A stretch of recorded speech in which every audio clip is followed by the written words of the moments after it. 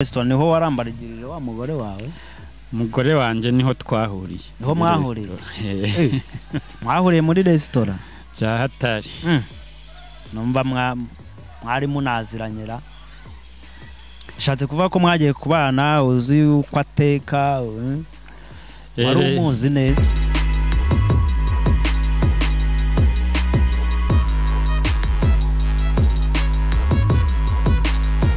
Okay, turabasuhuje bakunzi ba Focus Studio. Nkuko mubibona rero twaje hano kugira ngo tuganire ku bintu bitandukanye, tuganire ku buzima.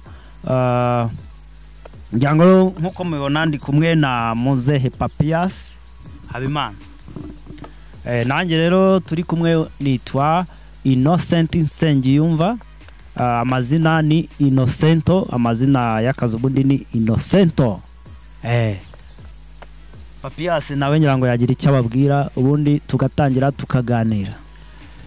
Yes, nanjye nitwa Habimana Papias nkuko yarabivuze, ariko hari n'irindi njya nongeraho batazira mutugudu. Ndabaramukije rero abakunzi ba Focus Studio TV.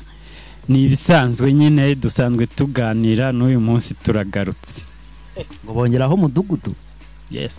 Mudugudu se hari abantu mbona ngo bafite ngo mudugudu imbere yabo. Wayoboye umudugudu se? Yewe. Umudugudu nitirirwa ntabwo ari wa wundi wagasozi ndatwe uri kuvuga umwuba waje hano imbere. Ngewe ntabwo ari uwo nguwo. Umudugudu banyitiriye n'ujyanye n'ibikorwa nkora. Bikorwa? Yego. Ubona ni ibanga ryawe cyangwa urabitubwira? Ntabwo ari ibanga. Ubundi mu kazi nsanzwe nkora hari ako nkora nyine ko gukina amafilimi cyangwa amakomedi. Hari iyo rero nakinyemo nyine nitwa Mudugudu, ari yo role mfite. Hanyuma rero iryo zina ndifata gutyo nyine. Nuvuga ngo izina n'ubundi ubwo ni izina ry'ubusitari. Bya hatari. Yes, Mudugudu. Kubaka izina ntago ari umukino. Ubu basigaye bakwita Mudugudu cyane. Barikuye muri filime wakinaga. Nanjye mu nshakire filime ngiye kujya nkinamo. No kuri. Sebana nabishobora ra? Wabishobora. Ona nabishobora. Wabishobora ntabwo ari ibya. Nta hantu na hamwe nigeze mbikorara. Kubikora wabikora n'ababikora bose ntabwo bavutse babizi. Ngo hari ahantu bajya kwigisha ngo gukina amafilimi, njya numva muri publicité ngo making filimi, ngo kwandika filimi. Biriya bintu wapfa kubijyamo utarabyize? Ntabwo ari ngombwa kujya kubyiga aho ngaho uri kuvuga. Nawe ubwawe washaka abandi bantu nyine basanzwe babikora bakagutereninga kandi bikajyamo. Okay. Ndumva ari byiza cyane. Noneho Papias twiganirire rero, twiganirire ku buzima busanzwe. Uyu munsi rero ikintu nagira ngo tuganireho, nagira ngo tuganire ku buzima busanzwe, ubuzima abantu baba babayeho mu cyaro. Aka kanya rero ikintu ngira ngo nkubaze, ndagira ngo nkubaze, ese mu cyaro, ese ubundi mu cyaro ubundi uturukaye Papias? Mu cyaro aho ukomoka? Cyaro uri Kamugi se? Aya, nje ndi Kamugi. Mu cyaro se tukomoka? Nje nkomoka mu majyepfo. Mu majyepfo? Majyepfo hariya za Muhanga za Butare hariya. Okay. Buriya mu majyepfo harya ubundi mu majyepfo hari Muhanga, hakaba Kamonyi. Hari Kamonyi, hari Muhanga, hari Nyanza, hari Ruhango, hari na Huye nyine na Gisagara. Urumva ni byinshi. Okay, none se Papias ubundi se Papias wageze mu mujyi hano ryari? Ko musazemura. Je nawe ugezemwo mu 2000.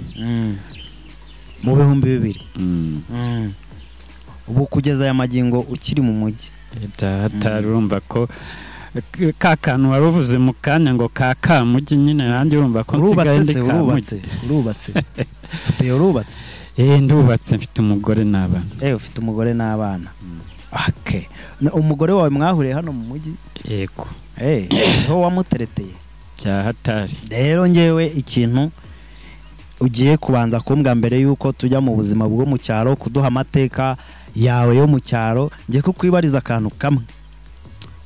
Buriya hari akantu abantu bajya bakunda kugira amatsiko iyo babonye cyane cyane nk'umuryango w'abantu bubatse. Ngewe ayo matsiko nge nyagira, ndagira ngo umbwire umudamu wawe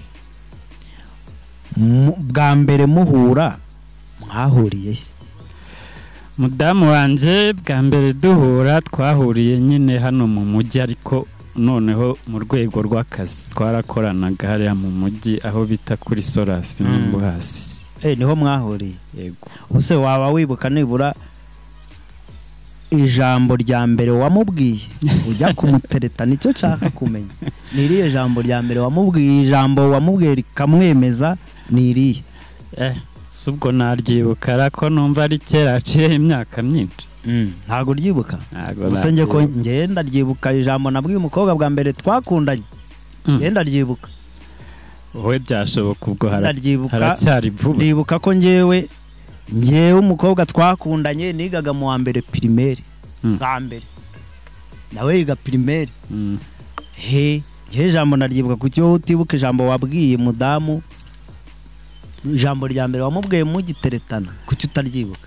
Ntago nge naryibuka, haciyeho imyaka myinshi. Ubuse hano haba haciyeho imyaka irenga 10 koko.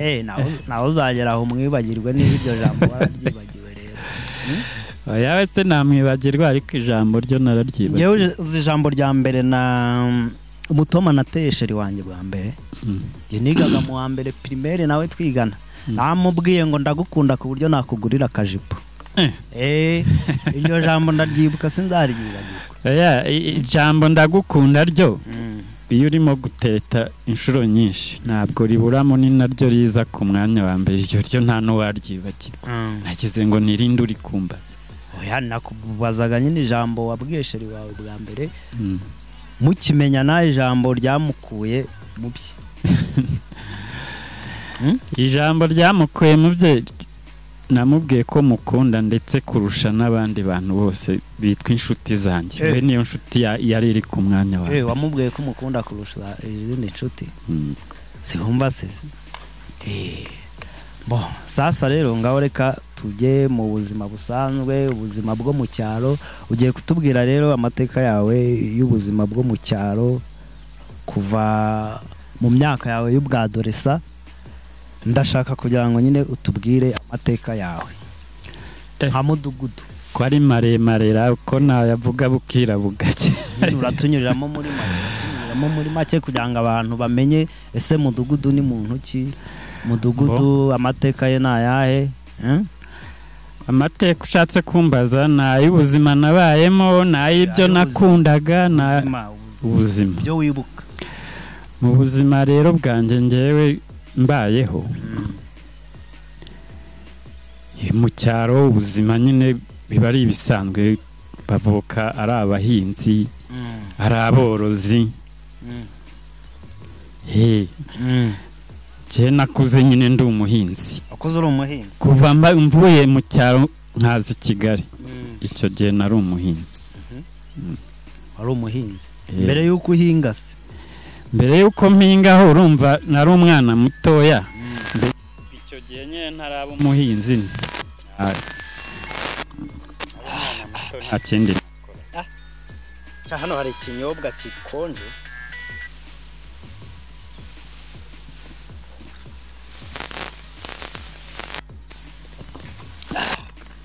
Nawe nkuhe ubanze utsirike ku cyaka, ubanze utsitsimura akavumbi. Akimvura irimo iragwa muri iki gihe nta vumbi, ako banze utsitsimureho. Umuntu yatsirika n'ingwagasi y'inyota.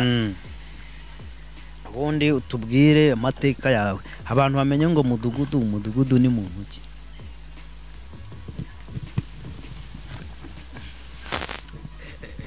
Namufashe umuzigizigi kabisa rwose. Nibyo nakubwiraga rero, mu cyaro tuba turi abahinzi. Ubuzima kuba ari uguhinga, korora. Ibyo nibyo biza ku mwanya wa mbere, ko usanga abacuruzi bo mu cyaro ari bakeya. Ubwo nibwo buzima nakuriyemo kugeza mvuye mu cyaro nkaza i Kigali. ariko urumva hari ibintu duhishe tubwiye ubuzima bwawe ko ari uguhinga, ariko hari ibindi duhishe mbere yo guhinga. Mbere yo guhinga nakubwiye, mbere yo guhinga nari umwana mutoya. Birumvikana icyo gihe ndi umwana mutoya, nari umunyeshuri, ibyo guhinga byari bitaratangira. Mvuye mu ishuri rero nibwo natangiye ibintu by'ubuhinzi. Ibyo mbivamo i Kigali. Wageze i Kigali muri ryari? Mu bihumbi bibiri.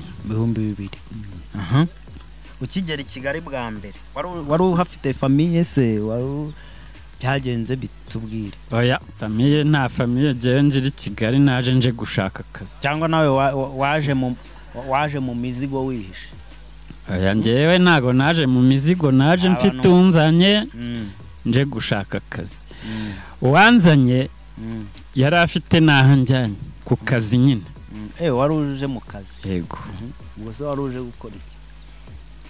Kigali i Kigali barahambwiraga ntarahaza, ariko mageze byo nasanze ari hatari. Byari bimeze bite? Akazi nari nje gukora kari akazi kajyanye no gukora ibintu by'amasambusa, amaburete, capati, amandazi. Iyo niyo domaine yanjye urebye ingeze. Ubwo wenda umva wari ukomeye. Abandi twagiye tuza ari uguteka imitwe. Reka. Abandi twagiye gacunga imodoka ifite imizigo, kabugiyemo bagushyizeho igishitingi uraje. Nawe wari ufite n'akazi. Njyewe ntabwo ari uko naje kabisa. Akazi urakabona? Akazi naraje ndagakora rwose. Urumva icyo gihe nari nje nkiri n'umwana mutoya, ndagakora. Wagakoze se ubw'imyaka ingahe? Nakavuyemo maze gukura, mbaye umusore. Ubaye umusore? Ubundi ubaye umusore uhita ukareka? Oya, ntago nakaretse. Ukora akazi ukakavamwo ari uko ubonye akandi. Ako rero nakavuyemo ari uko mbonye akandi nyine. Urumva nakoraga nyine ibintu bisa nk'ibijyanye n'ibya resitora, noneho navuye muri ibyo mpita njya muri resitora kuba ariyo nkoramo. Tujya muri resitora? Uvuye muri resitora niho warambarigirije wa mugore wawe? Umugore wanjye niho twahuriye. Niho mwahuriye? Mwahuriye muri resitora? Bya hatari. Numva mwari munaziranyira. Shatse kuvuga ko mwagiye kubana, uzi uko ateka, wari umuzi neza? Resitora twayikoranyemo imyaka 2. Urumva imyaka 2 umuntu umwirirana umunsi ku wundi, ubu muzi neza nawe bakuzi. Turaziranye muri make. Amahirwe gushaka na buriya n'umuntu umuziranye. Urumva umuntu mwakoranye imyaka 2, hari ingeso ze wari uzi, hari imico ye wari uzi, uburyo atanga akaya buriya warabibonaga, waraniyibaga buriya ukarya ku buryo kugira ngo wumve buriya wasaba waramukunze watanabizi cyane. Habanje kumukoraho iperereza, ukajya ureba uko abwira abakiriya, uko abafata, uko wabanje kumwitegereza. Iyo muri kumwe aho ngaho ubundi nawe uzi yuko hari gahunda mufiteho, nta kindi nawe wibandaho kureba. Aho hantu rero tugeze ndahakunze cyane. Rero Papias, ikintu ugiye kudukorera, ndagira ngo nibura ubwire urubyiruko rw'iki gihe ko hari ikibazo muri iki gihe, ikibazo cyo gushaka umuntu muzashingana urugo, ugasanga abantu bubatse urugo ukwezi kumwe baratandukanye. Ubundi Papia, ni iyihe nama wagira abantu bitegura gushinga urugo? Kuko uko byagenda kose ufite experience, umva iyo myaka wakundanye n'umugore wawe muri kumwe, n'ubu muracyari kumwe, mwararambanye, mwasangiye akabisi n'agahiye. Ni iyihe nama wagira urubyiruko rwitegura gushaka? Ese ubundi ikibazo cya mbere ngiye kukubaza, burya nibura kugira ngo umuntu abane n'undi nibura baba bagomba gukundana igihe kingana iki?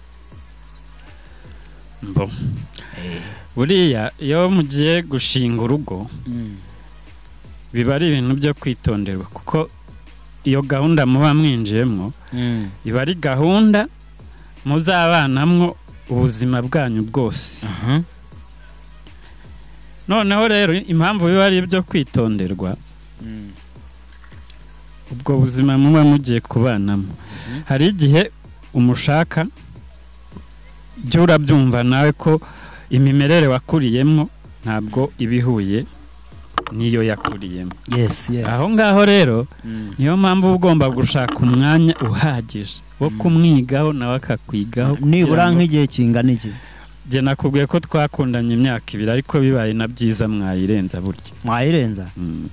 Ibikaba nk'ita. None se uko byumva uko buri ubundi kubaka urugo cyangwa ko ibintu by'imibano akenshi nta formule bigira, nta mategeko yanditse ngo wenda ngo abantu ngo bakwiye kubana hashize igihe kingana iki, ariko uko byagenda kose ubunararibonye abantu bakuru baba bafite buriya hari inama baba bashobora kugira abantu bakiri bato.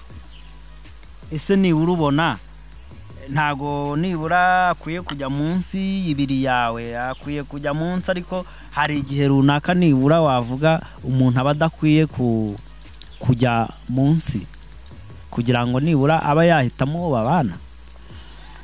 Mbo icyo gihe rero igihe mbona ngiye umuntu atajya munsi ni nk'imyaka 2. Imyaka 2 ko buriya nawe uzabicunge. Ingo z'abantu babanye baferikantanye amezi 6 umwaka umwe urwo rugo inshuro nyinshi ntabwo rukomera. Ariko iyo bafashe icyo gihe bakiganaho neza rwose ndahamya ntashidikanya yuko ibintu byo mu rugo rwabo bigenda neza. Neza ubundi buriya ni abundi ibintu by'ingenzi abantu baba bakwiye kuganira bakabwizanya ukuri. Ubundi buri ibintu by'ingenzi nibura abantu baba bakwiye kubanza kubwizanya ukuri ni nk'ibiye. Nibura nka 3 by'ingenzi. Ibintu nka 3 bya mbere by'ingenzi. Mugomba kubwizanya ukuri mutabeshyana. Hari igihe usanga nkanjye mujene naribyariye nk'umwana hanze. Umugore twenda kubana yazambaza ati nta mwana wigeze ubyara, gahita uvuga ati wapi kabisa ntawe nigeze. Mu gihe runaka akazumva ko mfite umwana. Icyo gihe sinamubwije ukuri mba namubeshye. Ibyo bintu biramubabaza. Ega hari igihe ubona atakwemera. Ese ni ubona atakwemera. None se wowe mubwiza ukuri nakwanga aguhoye ibyo ngibyo akwihorera uzashaka undi. Sibyo byiza? Akwihorera. Ukamwihorera nyine ukazashaka undi. None se ubwo rega buriya hari igihe uba ubona banza hari igihe ubona rega umuntu nujya kumubwiza ukuri ibintu byose bitari buvemo bikaba ngombwa ko umubeshya. Batuye umuntu ndaje mubeshye, icyangombwa nuko wenda tuzajya ku murenge, wenda babyumvikanye ko bazajya ku murenge, nitumara kujya ku murenge nzaba mwihambiriyeho ntaga azancika. Ukamubeshya nyine. Ibyo bintu rero nibyo bituma nyine ingo nyinshi zisenyuka. Kubera kutavugisha, kutabwizanya ukuri. Ambo waruvuze icy'umwana. Ikindi cya kabiri. Icya kabiri ni ukureba buriya iyo mugiye gusezerana. Igihe musezerana ngo ivangamutungo n'ibindi ibyo bintu rero nabyo ugomba kubyitondera bijyanye n'imitungo. Ivangamutungo hari igihe wifata ukamubwira uti jewe nta nzu ngira kandi wenda ufite n'izirenze imwe. Mu gihe runaka ukazumva yamenye yuko ufite inzu ahantu runaka kandi mujya gusezerana ntabyo wamubwiye. Aho ni kuruhe ruhande? Ni urw'umukobwa cyangwa n'umuhungu? Ese umuhungu ni ukwiye kubwiza ukuri umukobwa cyangwa kubijyanye n'imitungo cyangwa n'umukobwa nawe akwiye kuvuga imitungo afite? Mwese mugomba kubwizanya ukuri. Koko nese nimba musezeranye nyine ivangamutungo risesuye ubwo muvuze ibintu byose mufite. Sibyo? Iridasesuye ubwo ni irihe?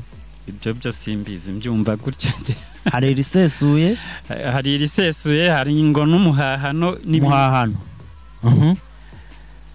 wenda reka nivugire iryo risesuye ryo ubu mushaka kwemezanya ko ibintu byose ufite n'ibyo umukobwa afite ni ibyanyu mwese nta kigomba kugenda umwe atabizi aho rero naho muba mugomba kubwizanya ukuri kugira ngo hagati yanyu muri mwe hatazagira umenya icyo mugenzi we yamuhishe kandi gihari. Harabura kimwe rero, harabura kimwe bya bintu bitatu nyine muba mugomba nibura kubwizanya, kuko buriya uko byagenda kose bikundanye n'umuntu ibintu muganira ni byinshi, ariko hari ibyibanze ku buryo mwabwizanyije ukuri wenda utundi n'ubundi buriya kubaka urukundo ngo ni ukwihangana, ariko hari ibyibanze. Cya gatatu noneho ni ikijyanye n'urukundo ruri hagati yanyu mwembi. Ku bijyanye n'urukundo nabyo buriya hari utugeso tumwe na tumwe tugenda tugaragara ugasanga dusenya urugo.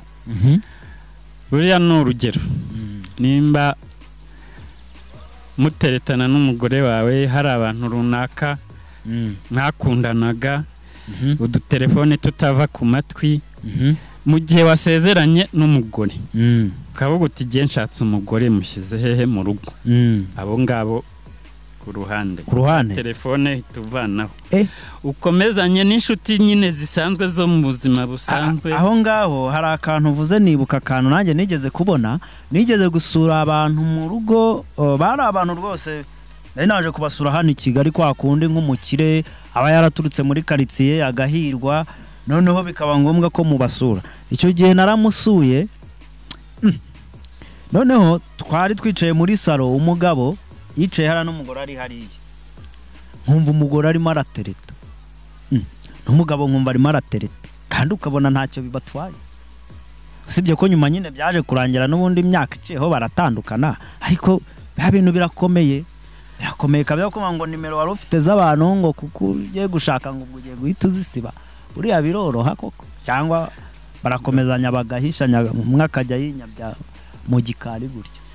Ariko hari ikintu nshaka ko twumvikanaho neza. Jewe ntawe mbwiye ngo namba afite muri telefone z'abantu azisibe, ariko nimba winjiye muri uwo mushinga wo kuvuga ngo nshatse umugore nubatse urugo, ba basore nako za nkumi mwakundanaga, ugomba guhita ubabwira uti jewe nashatse umugore, ibyo twapangaga birahagaze, tuzajya duhura nyine mu buzima busanzwe tuganire, duterane inkunga aho bikenewe, ariko hari bitazakomeza. Ntabwo se babyumva kandi nomero zabo wasikumenya. Noneho rero iyo bikomeje gutyo uvuga ngo inomero ngo abantu twateretanaga ngo guteretana ngo nta kibazo ngo kibirimo, ni hahandi usanga havuye iki ubusambanyi, ugasanga ibyo mu rugo wawe ntabwo kibyitayeho, mbese ugasanga urugo kwitanaho byarabuze bikahazaharira. Aho ngaho nawe urabyumvira wenda kugira ngo tuve kuri aka kantu, kuri aka kantu nyine twaganiraga kajyanye n'imibanire, ko bavuga ngo agasore katirariye ntikarongora inkumi. Wowe nta kantu wamwiraririyeho kandi kakaba nta kibazo kateje kugira ngo mwegukane? Ubu nta kantu wamwiraririyeho, wamubwije ukuri? Kantu kajyanye n'iki? Kajyanye n'iki? Hari biba bigaragara, ariko hari n'igihe umubeshya. Nk'ubu ndibuka hari abasore twe twari tukiri abana, yafataga urukofi agashyiramo ibipapuro, akubita mu mufuka, afata n'ibifunguzo bigenda binyeganyega. Ibyo byose byo hari uburyo bwo kugira ngo yirarire ku nkumi kugira ngo imwemere. We nta kantu wamwirariragaho iyo wabaga umugeze imbere? Aya, ibyo bintu ntabyo nigeze nkora. Buriya iryo naryo ni irindi kosa, kwizeza umuntu ngo mfite ibi n'ibi, atazahagera ngo abibone, yaza akabibura, aho na ibyo nabyo murabipfa. Ibyo bintu nabyo ntabwo ari. None kumva ngo hari kera ubu ngubu ngo umukobwa utamwiraririyeho utamwigondera, ngo hari kera ubu ngubu umukobwa uba ugomba kumubeshya umukobwa ngo utamubeshye hari n'umukobwa kwibwira ngo nutambeshya njye ntago bivamo aho kugira ngo njyewe ngo ubona ahubwo kugira ngo nibura ngo iyo bituma ukambeshya kambeshya aho kugira ngo njyewe umbwire ibyo ngibyo nzanaho ibyo ngibyo njyewe rero kubera ko nkunda ibintu by'ukuri nyine biciye mu mucyo abo bantu babeshya nabo njyewe ntago turi kumwe rwose ntago muri kumwe ntabwo turi kumwe ako gutereta biravuna ariko buriya icyo mpamya cyo ni kimwe nuko umuntu bamubwije ukuri ukamubwira ibyo ufite atazaza ngo abure rwose aragukunda cyangwa akabyihorera ugashaka tereta biravuna ndibuka hari umwana nateretaga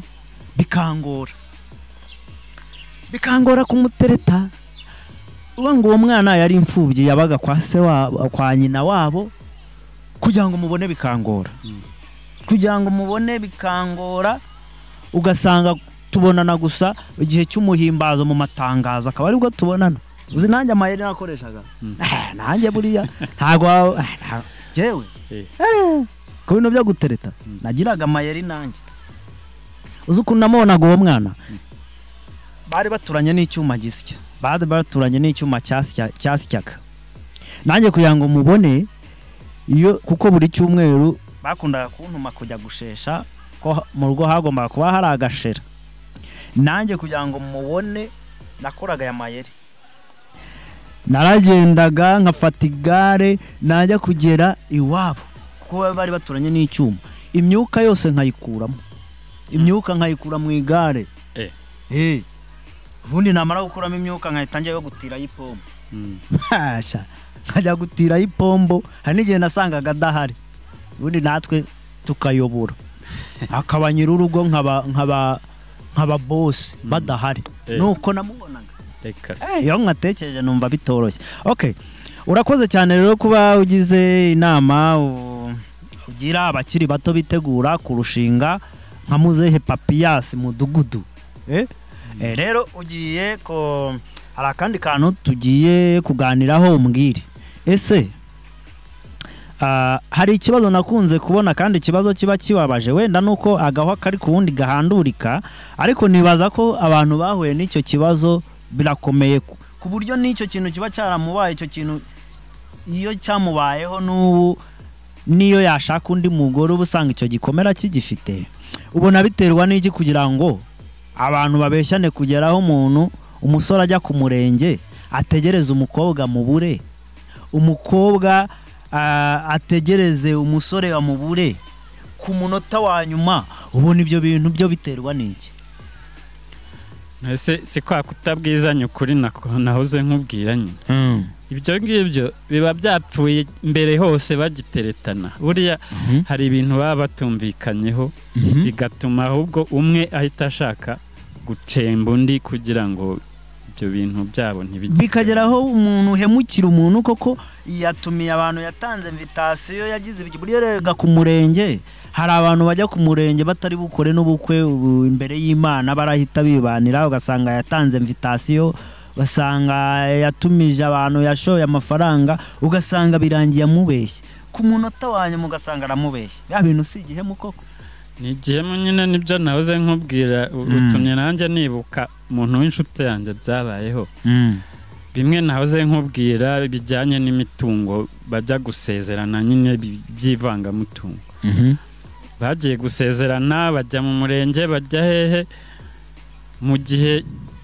cya mariage ya indi iba nyuma nyine noneho umukobwa yamenye yuko umusore hari inzu afite hehe hariya ku Ruyenzi yamuhishe mu mitungo yose afite uwo musore avuga ko iyo nzu yayanditse ku mwana we ariyo mpamvu adashaka kwijya mu ivangamutungo agiye gusangira kandi yatari yaramubwije ukuri mbere ntago yigeze amubwira ko iyo nzu ihari kandi yamubwira ko ihari nyine akamubwira ko yayanditse ku mwana dore ko asanzwe afite umwana yari yanamumubwiye ko amufite icyo kibazo ntacyo yari kugira ubukwe buhita bupfa ku munsi ubundi leta yazashyizeho ubundi tegeko abantu bakajya basezerana ubundi ivangura mutungo.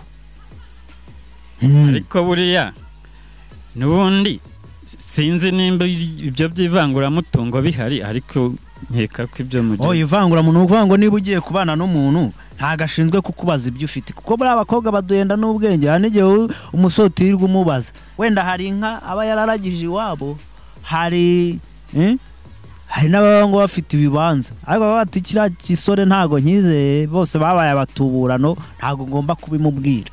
Urumva? Ariko buriya ngewe mbona habayeho niba ugiye gushakana n'umuntu, ubwo iby'umukobwa biri hariya, iby'umusore biri hariya, mugiye gutangira kuri zero. Hango niba mubanye bigacamo bikagenda neza, uko agenda gufungura umutima nawe ugenda ikibanza ukizana, uko agenda gufungura umutima wowe ku mukobwa umuhunga gufungura umutima nawe ukizana, nibura biriya bintu nge numva byafasha. Ariko uzi kugira ngo umaze imyaka igera hafi muri 40 urimo urabira icyuya, urimo uragira ibiki, akantu umaze kwijyaho niba ari ako kazi umaze kubaka, umuntu muhuye amezi 2 cyangwa umwaka araje we agamije kugira ngo twatuntu wishakiye muri ya myaka, ntiwigeze unywa agacupa, kuba gashoye, ntiwigeze unywa agasoda, ntiwigeze unywa n'icyo cyayi, umuntu araje ukwezi kumwe mumenyanye araje ngo tugabane koko. Ariko n'ubundi ibyo ngibyo abantu nibo bivuna mu mitwe. Nimba ubifite biri aho ngaho, umukobwa nawe akaba bifite biri hariya, n'uburenganzira bwanyu kuvuga ko mugiye kuvanga. Kandi nanone ni n'uburenganzira bwanyu kuvuga ko mugiye gusezerana umutungo muhahana, uwo nguwo muzashakana muri kumwe akaba ari wo musezerana, ibindi mukabyiha. Bishatse kuvuga ko buriya bari abantu nyine icyo kibazo, ugasanga umuntu agiye ku murenge arategereje umukobwa aramubuze, umukobwa agiye ku murenge arategereje umusore aramubuze. Nabyo biterwa no kutabwizanya ukuri. None iyo hajemo ibyo bintu by'imitungo rwose ibintu bihita byangirika kabisa, bikangirika.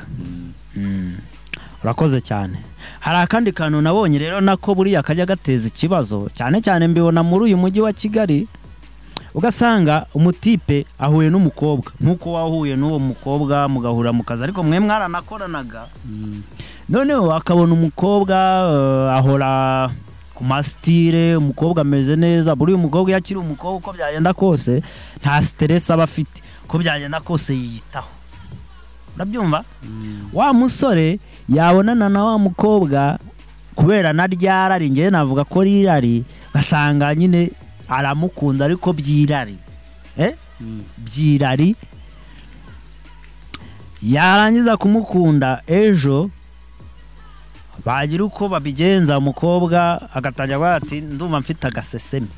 Urumva ati kandi iwacu sinabakira, ubwiye afite iwawe nyine hano muri uyu mujyi nko kwa ba Nyiribyondo, bateretse umukobwa kwa ba Nyiribyondo, wacu sinabakira. Ariko hari n'igihe ukundana n'umukobwa nyine nawe ari ugushaka ubuzima, aba muri ghetto na nunda bari muri ghetto.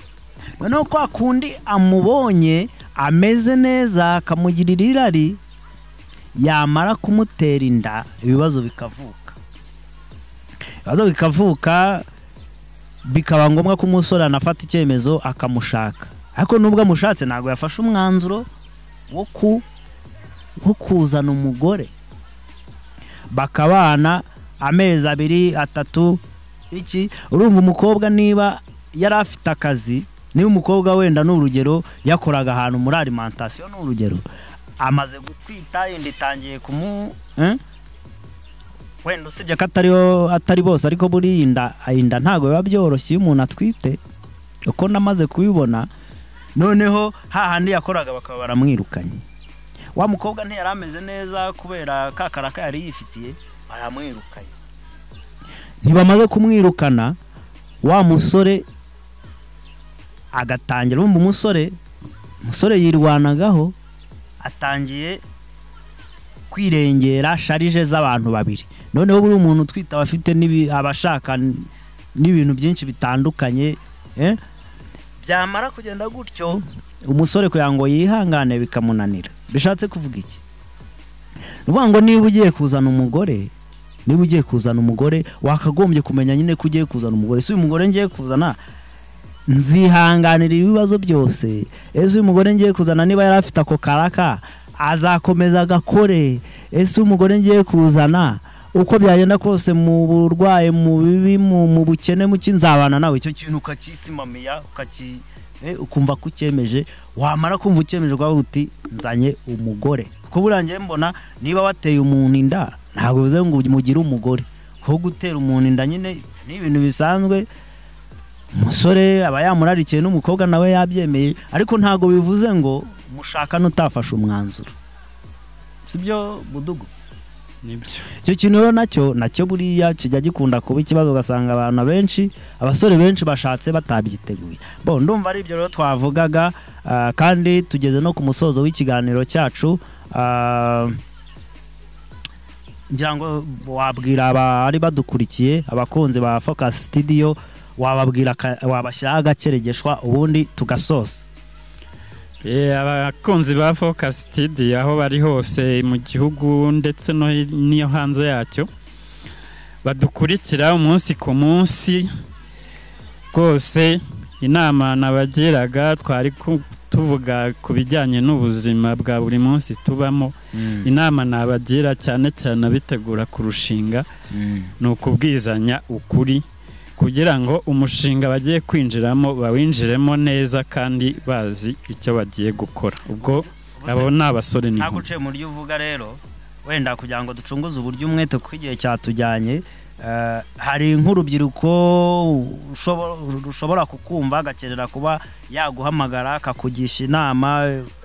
Urumva imyaka umara, harya watubwiye ko umaranye imyaka ingahe n'umudamu wawe? 10. Imyaka 10? Cyuma cyawe utanigo nyine bigaba zateko turi bitsinda 10 muri kumwe. Mwaramenyanye cyane. Uko nanjye kuvuga ngo ukugona kandi utagona, uko usinzira arakuzi, uko uvuga arakuzi. Icyo nanga nicyo nkunda byose arabizi, kandi nanjye nuko. Mvuza ko karo ko kugona nubwo turimo dusoza nibuka umusore, umugabo wigeze gutandukana n'umugore ngo amuhoye yuko ngo anyara kuburira. Ngo anyara kuburira, ariko abasaza baramusetse ati wabicyohe wa mugabo. Bo rero nyine icyo nashaka kuvuga, hari urubyiruko ushaka kugukenera, nta kuntu se umuntu ushatse kugukenera yakubona kugira ngo uzamugire n'inama. Mbo kumbona bwo ntabwo bigoye ko kuri Focus Studio TV nomero ziba ziriho niyanjye, ariko nayivuga nta kibazo, ni 0786310225. Iyo niyo yanjye bayampamagaraho. Hariho n'izindi za Bosiko kuri iyo channel, ntabwo yabura umuntu ahamagara. Okay, urakoze cyane. Ngira ngo rero bakunzi ba Focus Studio, twari tumo tuganira hano n'umuvandimwe wacu, umuvandimwe uzi ku izina rya Mudugudu. Mudugudu. Ubwo rero nkaba mbashimiye uburyo mwadukurikiranye, kandi nakagaruka ndajya mu mabwiye ko turimo tubategurira n'ibindi biganiro byiza, kandi intego yacu ari kugira ngo tubashimishe. Murakoze, mwari muri kumwe na Innocento na Habimana Papias Mudugudu. Ciao ciao.